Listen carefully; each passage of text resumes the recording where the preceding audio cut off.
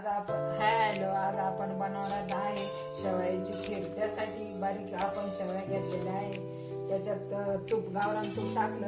आता शेवया आपण भाजून घेऊ लालसर रंगाच्या होईपर्यंत. ते शेवया आता लालसर रंगाच्या होईपर्यंत आपण भाजून घेतल्या. आता ते आपण काढून घेतलेलं आहे एका प्लेटमध्ये. आता आपण त्याच्यामध्ये तूप टाकू. इकडं साईडला पातेल्यात मध्ये दूध गरम करायला ठेवलेलं आहे.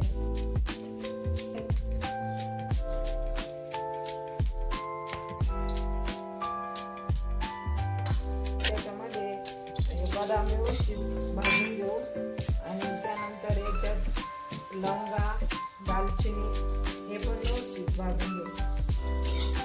चवीची खीर आणि नंतर वेलची पण टाकलेली आपण बाजूला.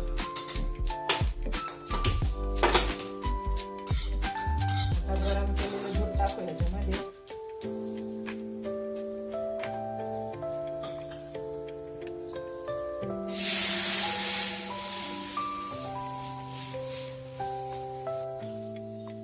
छानशी उकळी येऊन देऊ. याच्यामध्ये उकळी आल्यानंतर साखर टाकू. त्यानंतर हे शेवया टाकू.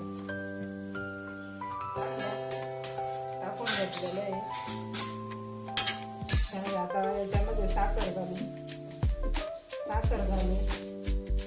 एक वाटी साखर घातलेली. छानशी शिजवून देऊ. आपली खीर तयार झालेली आहे. आवडले तर लाईक आणि शेअर, फॉलो आणि सबस्क्राईब करायला विसरू नका.